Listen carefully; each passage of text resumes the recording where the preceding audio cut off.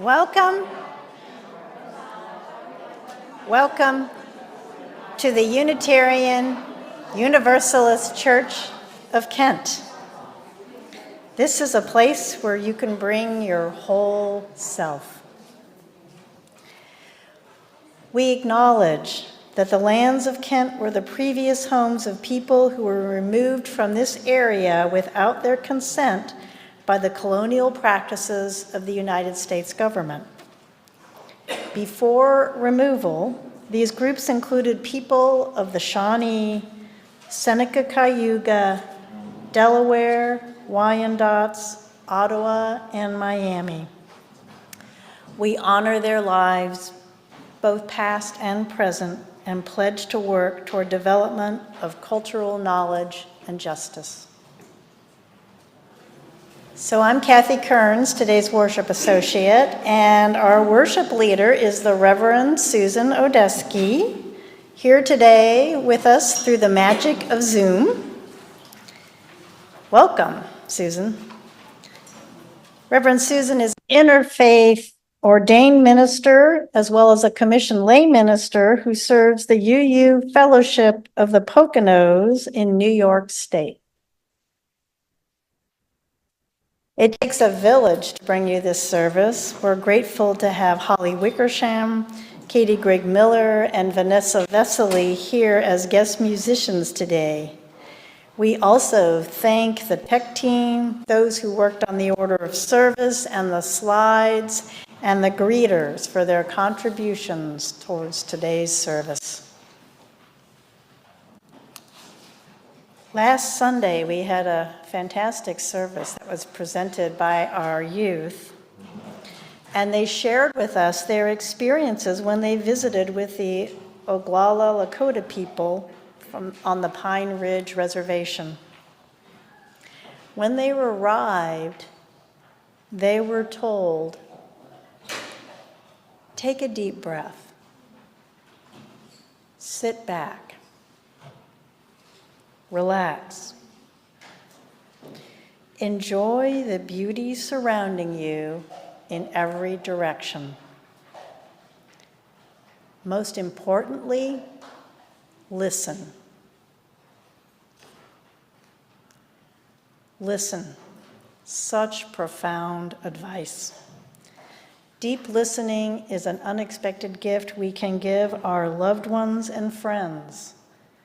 Listening fully to others is a gift not only for the person to whom we listen, but a gift to our own spirit. We invite you to sit back, relax, and reflect with us on the spiritual practice of listening. Come, let us worship together.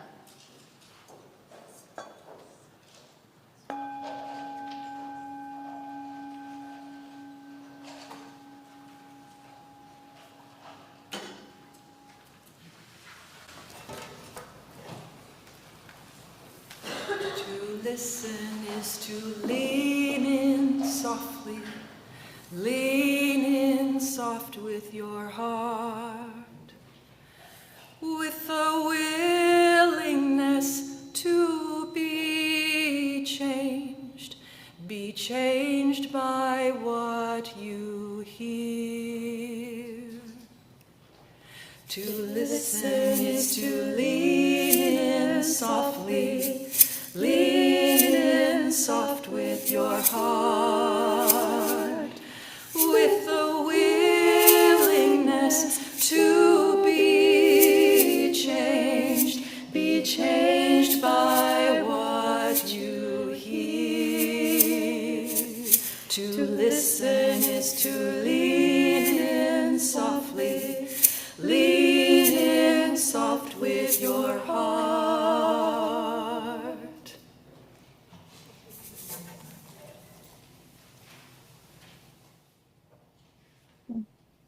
Good morning, everyone. My name is Susan Odesky, and my pronouns are she and her. And I'm very happy to be here with all of you today.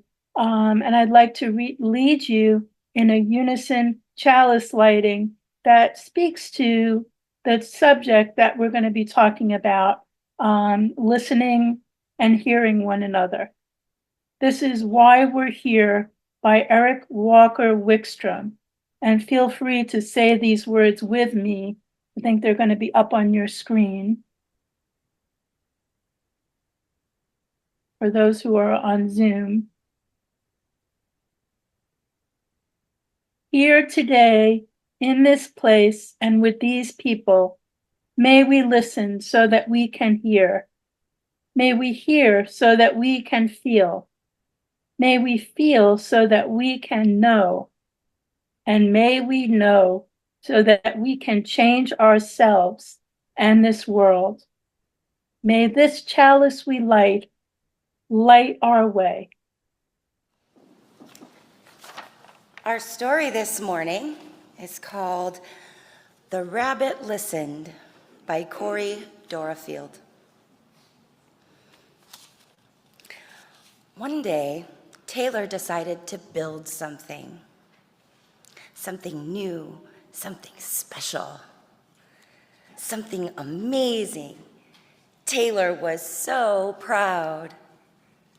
But then, out of nowhere, things came crashing down. The chicken was the first to notice. Cluck, cluck. What a shame. I'm so sorry this happened. Let's talk about it. Cluck, cluck, cluck, cluck, cluck. But Taylor did not feel like talking, so the chicken left. Next came the bear. Roar, how horrible. I bet you feel so angry. Let's shout about it. Roar. But Taylor did not feel like shouting, so the bear left. The elephant knew just what to do. Trumpeta, I can fix this. We just need to remember exactly the way things were. But Taylor did not feel like remembering. So the elephant also left. One by one they came. The hyena, let's laugh about it. The ostrich, oh, let's hide and pretend that nothing happened. The kangaroo, tisk, tisk, what a mess. Let's throw this all away.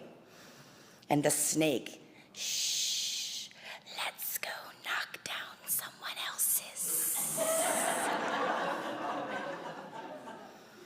But Taylor didn't feel like doing anything with anybody. So eventually they all left until Taylor was alone.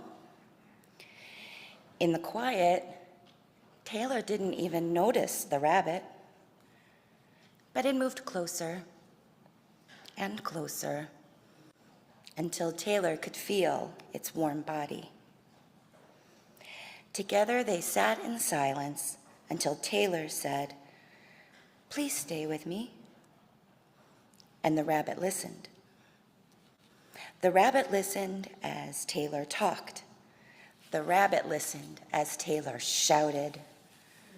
The rabbit listened as Taylor remembered and laughed. The rabbit listened to Taylor's plans to hide, to throw everything away, to ruin things for someone else. And through it all, the rabbit never left. And when the time was right, the rabbit listened to Taylor's plan to build again. "I can't wait," Taylor said. "It's going to be amazing."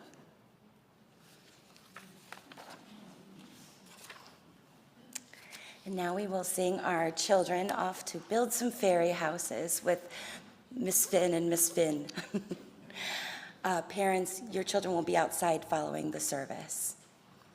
We'll sing through one time and everybody will walk on the second.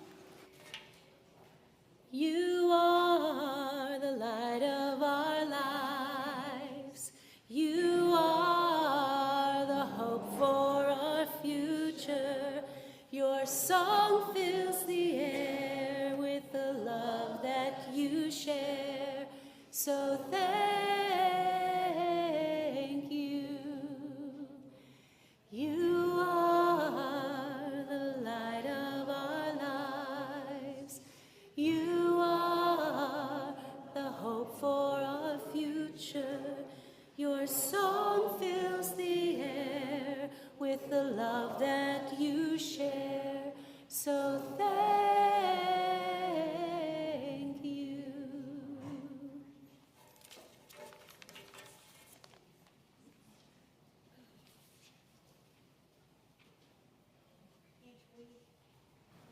we create a time of shared stillness for prayer, gratitude, meditation, or reflection.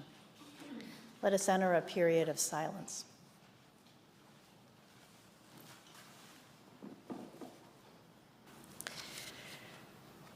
This has been a difficult week for our congregation. Max Grubb, who was very involved here at church, died unexpectedly this past week. We grieve as we struggle to grasp and cope with this news. Max was a friendly and a kind person with a strong ethic of service, and we will miss him. His memorial service will be here in Hobbs Hall on Saturday, July 20th at 1 p.m.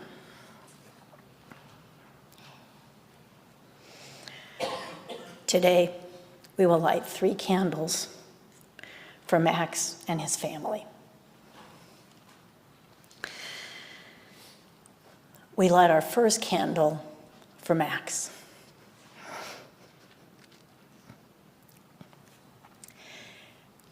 His spirit shone bright in this congregation. He's no longer physically here with us, but his spirit lives on through our memories of Max and all the ways we felt touched by him. We light our second candle for Shana Steinhaus, his wife, who is also a member of our community. Shana, we grieve with you this heartbreaking loss. We are here for you in any way you need us.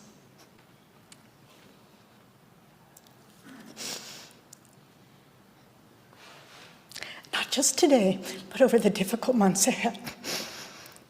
We send our love and support to you.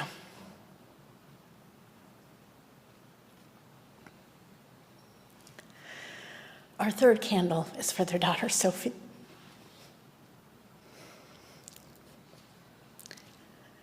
Sophie, it has been our pleasure to watch you grow up in this church. Know that this church community continues to embrace you and is here for you. And now let us take a quiet moment for reflection.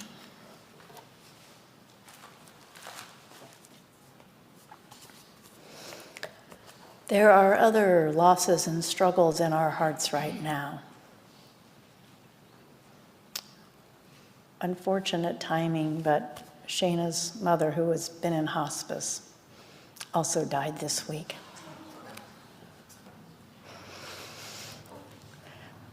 We're holding you in our hearts.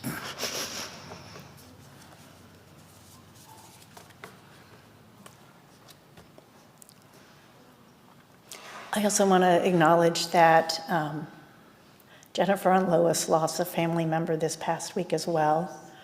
Her dad's wife, Dee, who had also been in hospice, died this past week, and they are there with their relatives this weekend, spending time with them.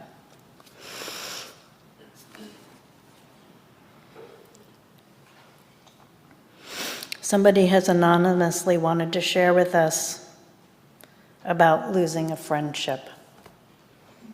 That's such a hard loss when somebody that we've loved has left our life. Kathy Schweitzer wants us to think of her as she is recovering in the hospital.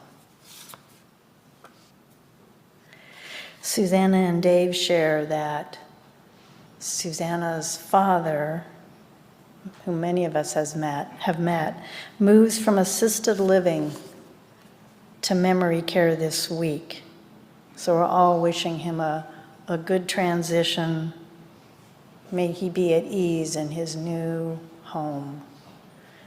And Susanna and Dave, you're on our hearts, and we're thinking of you at this time of transition.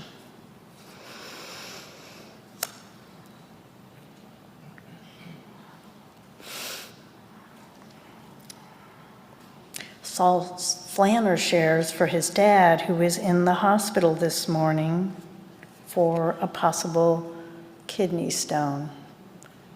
We hope he has a quick and good recovery, Saul. I offer you this prayer.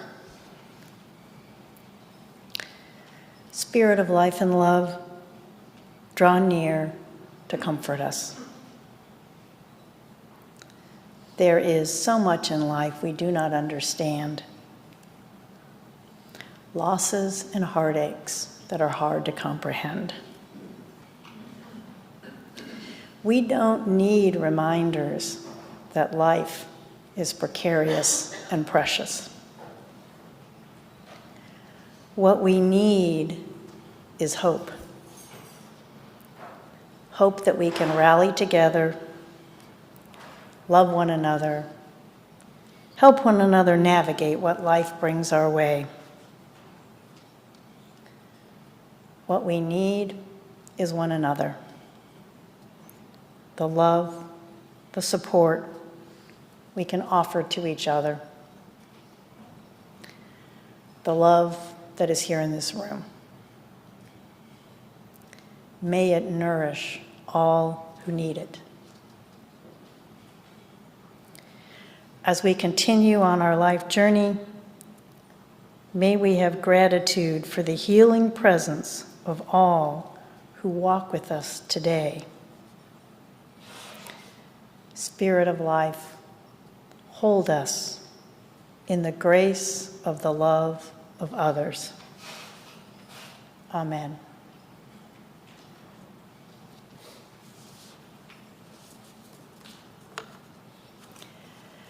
Joy, wonder, and awe are also interwoven through our lives. So we take time to memorialize or to recognize those special times as well. If you're on Zoom, you're welcome to share in the chat box. John and Holly are about to celebrate their 25th wedding anniversary. Oh, that's wonderful. And Patty Miller is about to have her birthday tomorrow, and she'll be able to celebrate with family and friends, and is grateful for them for helping her get through her rough patches in her life.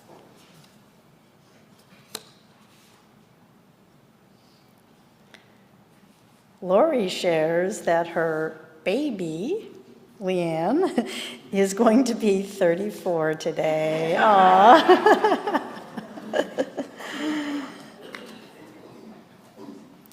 And Kay Ekman shares a great joy. Her new grandson, John, arrived last night. Aww. Sending best of wishes for your whole family, Kay.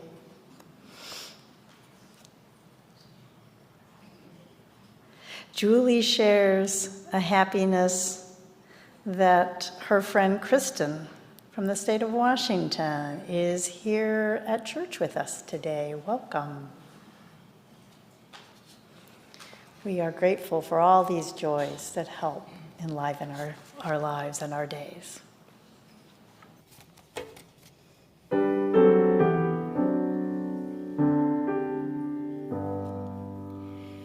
Voice still and small, deep inside all, I hear you call, singing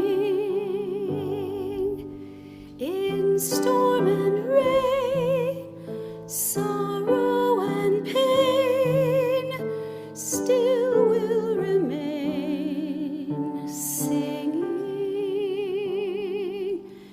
calming my fears, quenching my tears, through all the years, singing.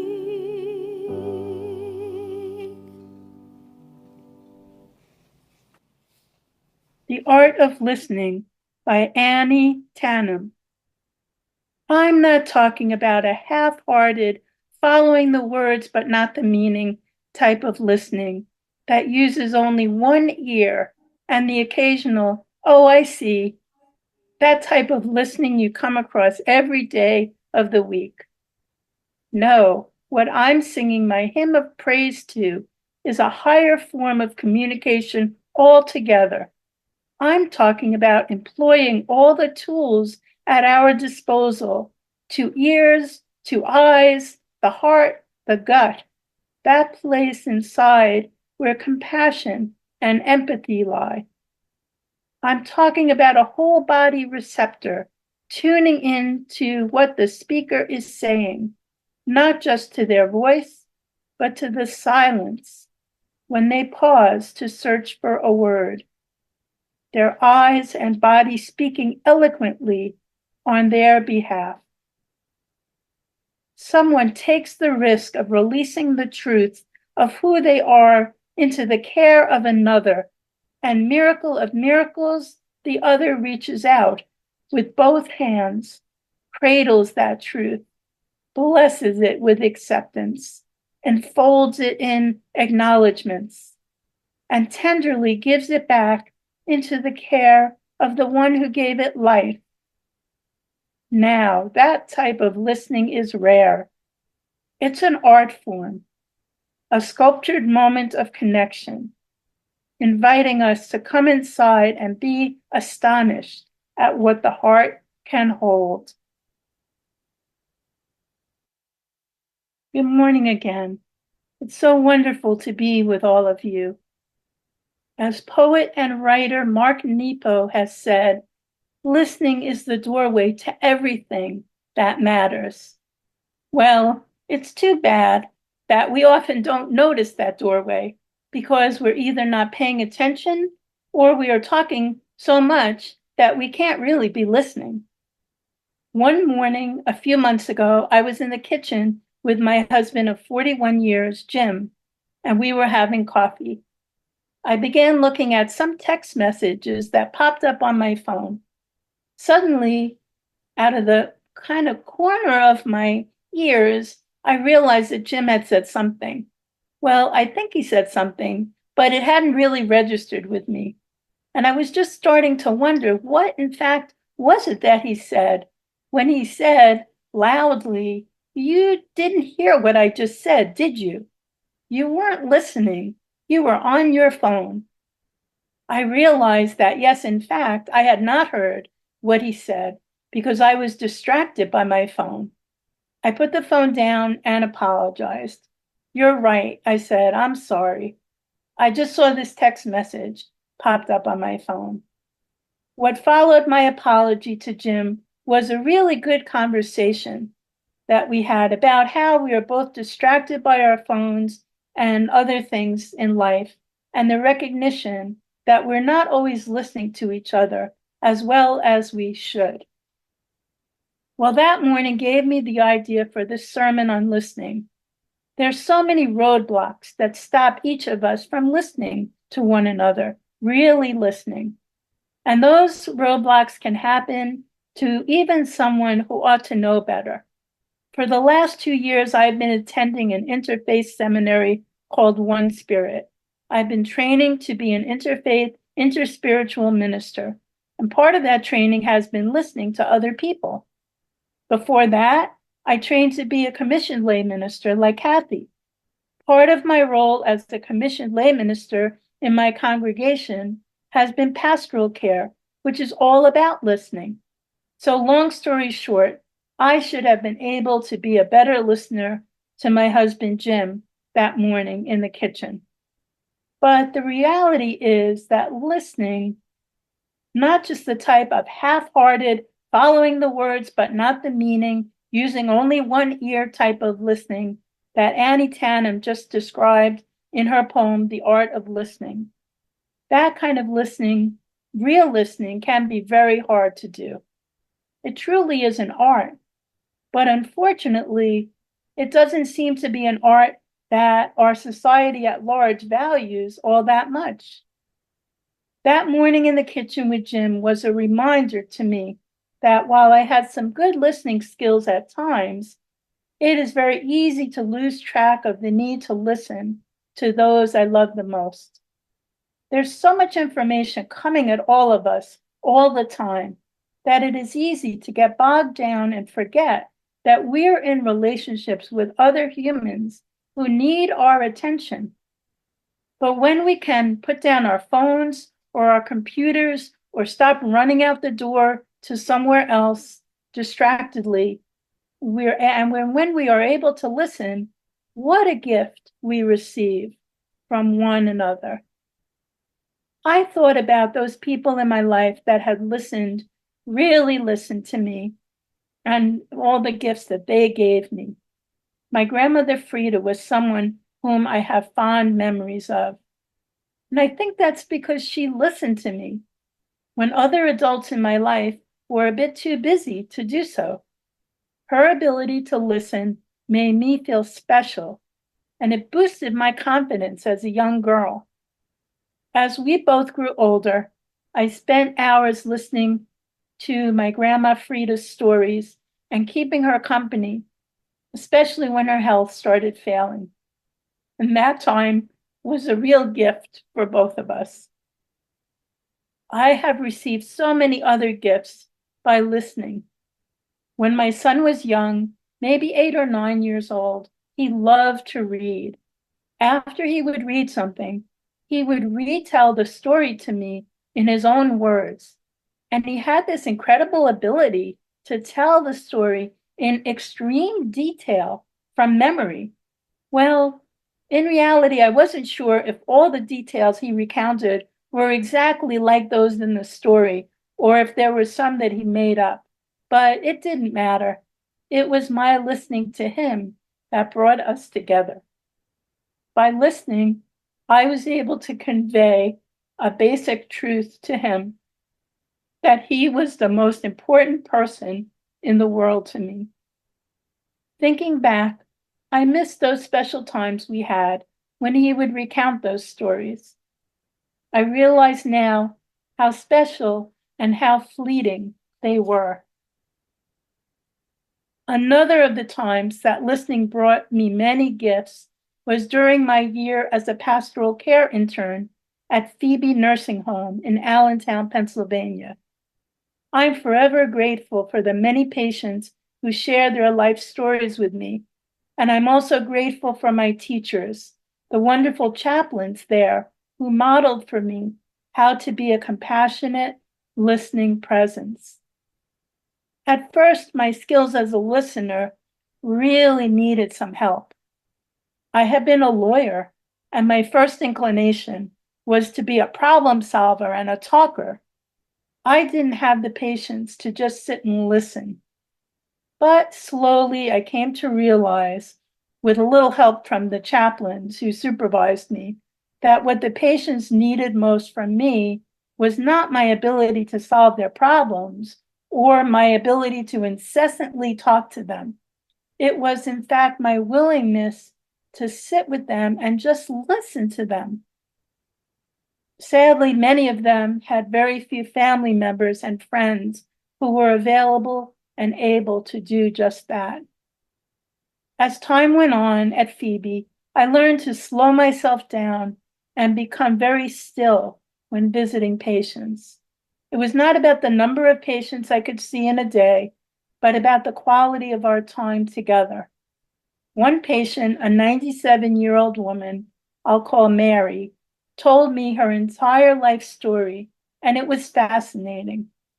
With her permission, I wrote it all down as she spoke and then typed it up to send to her family members. Mary lived a life of great joy. She raised 3 wonderful children and had been married to her husband for 50 years. She also experienced great suffering. Mary lost the first love of her life, an Air Force pilot, when his plane suddenly exploded during a training mission at the end of World War II.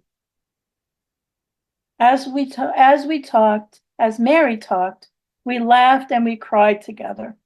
It took multiple sessions over several days to get all of her details down. Mary had an incredible full life. I felt so grateful to her for sharing herself with me in that way. As actor Alan Alda once said, real listening is a willingness to let the other person change you. I know that I was changed by hearing Mary's life story with its incredible balance of happiness and heartache. My time at Phoebe made me recognize how little of my life up until that point had been spent listening to others. I think I've spent a lot more of my life talking and wanting to make myself heard in the sea of voices, all clamoring for attention. But it is a natural thing to want to be heard. That's part of what I do as a minister, what I'm doing right now, talking to you. But as I've grown older, I recognize that listening may be even more important than talking. I've been in situations where I haven't been listened to, such as in my previous life as an attorney, being in court when another attorney spoke over me, themselves trying to be heard and trying to make their arguments. When I was much younger, I had a couple of friends who I loved dearly, but some of them barely listened to me. I guess they just hadn't developed that skill. I think back with some humor about a friend of mine who used to call me regularly to talk. Well, she was the one doing all the talking. The only words I seemed to be able to get out in the conversation were hello and how are you? And she was off and running. The only other word I was able to get in was goodbye. Well, suffice it to say, our phone conversations got fewer and farther between over the years. So I know how valued it makes me feel to be listened to. And I know what a wonderful feeling I get from listening to others. Now, I do feel some regret that I didn't listen more to some of my family members and friends who have now passed on. But I try to rectify that by making the effort to consciously listen to those in my life. Now, I've not at all perfected this, and at times I slip up badly, such as that morning with Jim and the phone. But I am continuing to work at it, knowing that my time with Jim and all my loved ones, as Kathy put it in her prayer, that time is precious and precarious. So I'm looking for practices that help me expand my listening skills. And one practice I found really helpful is to sit in silence alone. First, when I started this practice, I experienced a good deal of anxiety. I worried about negative thoughts that would start to slowly creep in. But as time went on, I continued to stick to it and gradually lengthened the amount of time that I was comfortable just sitting in silence. And it seems slowly but surely that my ability to listen generally opened up. I began listening to sounds around me, especially those in nature, such as birds chirping outside. I have been able to be a bit more aware of my body and what I need as I've been spending more time just being in stillness. Ultimately, my increased time in silence has made it more possible for me to develop a relationship not only with myself, but with spirit or the divine, or the one who has many names and no name. In silence, I can allow myself the space to think and feel a connection. Now, there are many ways to practice listening. Several years ago, along with some members of my congregation, I took part in workshops given by an organization called the Compassionate Listening Project. Compassionate listening was a concept conceived by Jean Knutson Hoffman. She was an international peacemaker, founder of the USSR Reconciliation Program for the Fellowship of Reconciliation, and a student of Vietnamese Buddhist monk Thich Nhat Hanh. About listening, Thich Nhat Hanh has said, deep listening is the kind of listening that can help relieve the suffering of another person. You can call it compassionate listening. You listen with only one purpose, to help him or her empty his heart. Because you know that listening like that, you give that person a chance to suffer less. If you want to help him correct his perception, you wait for another time. You just listen with compassion and help him to suffer less. 1 hour like that can bring transformation and healing. When I hear things like that, I'm so hopeful about our world. And I think about what compassionate listening might do to move people in conflict in so many places in our world, and in fact, in our own country. And I hope that that's something that you'll take a look into. If you just put in compassionate listening and Google it, you will find the Compassionate Listening Project. Now, I'd like to introduce you to a short, simple listening exercise that was done as part of one of the workshops I attended at the Compassionate Listening Project. In a moment, I'm going to ask you each to pair up with someone else in the room, preferably with a person sitting right next to you. And those who are on Zoom will have the option to go into breakout rooms of 2 people, that's the ideal, or possibly 3. If for some reason we have an uneven number of people, we can do 3, but for timing purposes, pairs work best. So in this exercise, you're going to have a total of 4 minutes.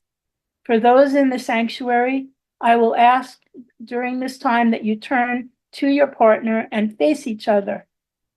For the first 2 minutes, one person in the pair will be designated as the speaker and one as the listener. The speaker can talk about any topic that comes easily to mind. It doesn't have to be anything too heavy or controversial, but something that's meaningful to you and that might be on your mind. The other person will be the listener. The challenge for the listener will be to try to focus on what the person is saying without responding. Listeners, please try to avoid speaking at all, even to say, I know what you mean, or uh-huh, or yes. All of those little things could be distractions for both the speaker and the listener. So I invite you to listen as if you have all the time in the world. And try your best to focus on what the speaker is saying. You're not going to be responding to them. So you don't have to do the usual of running through your mind what you're going to say in response before you have a chance to speak. So you can just focus your mind on what the speaker is saying. After 2 minutes, a chime will sound in the sanctuary. In the breakout room, you'll get notified that the 2 minutes is up. At that point, listeners thank the speaker for sharing, and speaker thank the listener for listening. Then I'm going to ask you to change roles for the next 2 minutes. The listener will become the speaker, and the speaker will now be the listener. The same rules will apply. The second speaker could continue on the topic that the first speaker chose, or you can speak about something totally different. It's up to you. Listeners, the same rules that applied in the first round now apply to you. You're going to have another 2 minutes. At the end of that 2 minutes, another chime will sound, and the listener will thank the speaker for sharing, and the speaker will thank the listener for sharing, and we can go back to our places in the sanctuary. And Zoom people will be brought back into the main room. Before we start, I'd like to give you just a minute or so to think about what you as a speaker are going to speak about.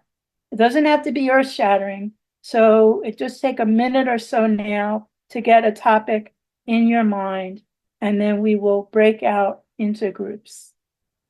Okay. Thank you, everyone, for participating in this exercise. Unfortunately, we won't have the time right now to discuss how that was for each of you, but I hope you will take some time to talk to each other about your experiences during the time for coffee and hospitality. Some of the questions you might want to consider talking about are, as a listener, did it feel easier to listen since you knew you were not going to have to respond? As a speaker, how did it feel to you to have someone who listened to you without interruption or making any type of response, even a nonverbal one? I encourage you to try this listening exercise with family or friends, perhaps extending each person's time to speak and listen a little longer, maybe 5 or 6 minutes, and see what happens. For us as Unitarian Universalists, our sense of connection to others is what gives our lives meaning. The ability to listen fully to someone is a vital way that we can make those connections. I wish for each of you all the gifts that you receive when you fully listen to another person. May it be so.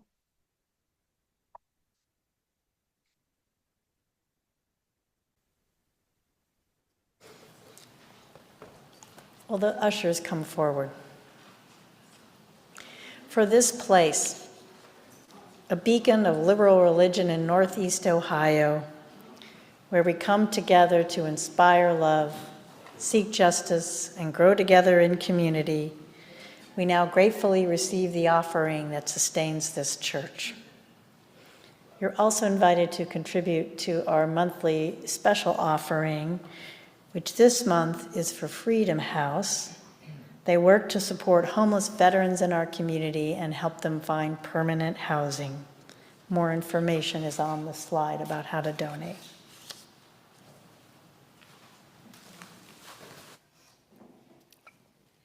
I forgot to announce it since it's not in the paper program.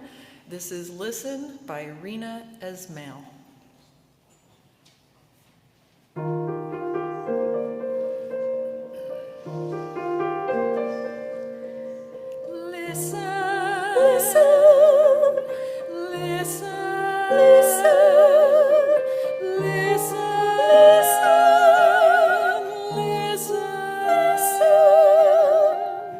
Listen to the sound of your breathing. Listen to the waves it makes. Listen to your voice as you're singing. Listen to the space it takes. Listen to your heart as it's beating. Listen as your soul awakes. 'Cause one act of love I know for sure is to listen.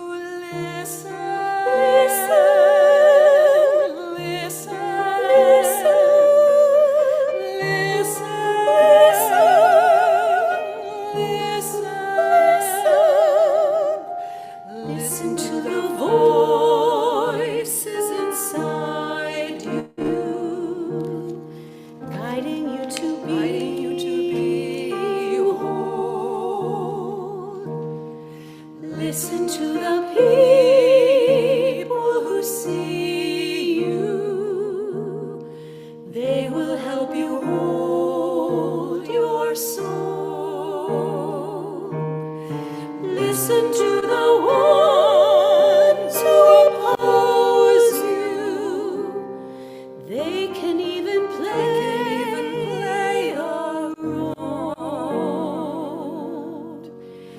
'Cause one act of love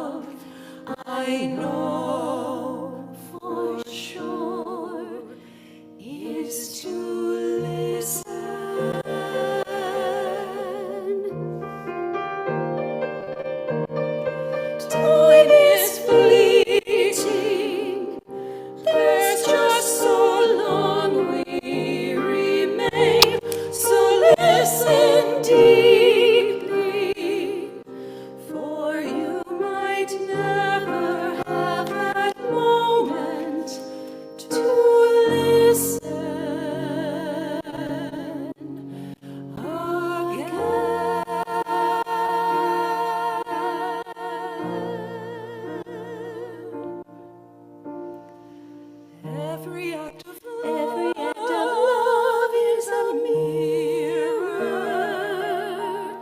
showing us our purest light. Every act of love is a pathway into one another's lives. Every act of love is essential to build a world that survives. And that first act of love, I know for sure, is to listen, listen, listen, listen, listen,